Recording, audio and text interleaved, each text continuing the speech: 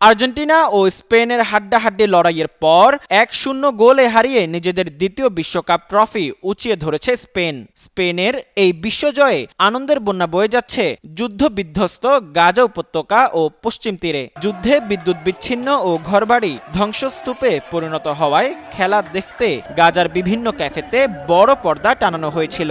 গাজায় এই কঠিন সময়ের মধ্যেও যখন খেলার শেষ বাঁশি বাজে এবং স্পেন জয়ী হয়, তখন সেই ধ্বংসস্তূপের মাঝেই ক্যাফেতে বসে থাকা জমায়েতগুলোতে ছড়িয়ে পড়ে উৎসবের আমেজ।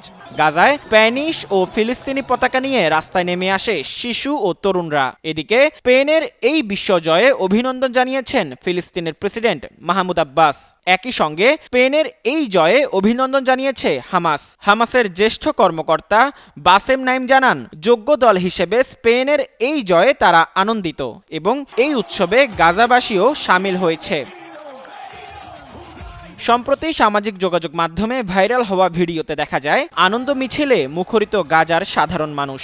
অনেকে বলছেন, এই আনন্দ শুধু ফুটবল জেতার নয়, ফিলিস্তিনের স্বাধীন রাষ্ট্র প্রতিষ্ঠার দাবিতে শুরু থেকেই পাশে থাকার কৃতজ্ঞতা প্রকাশ।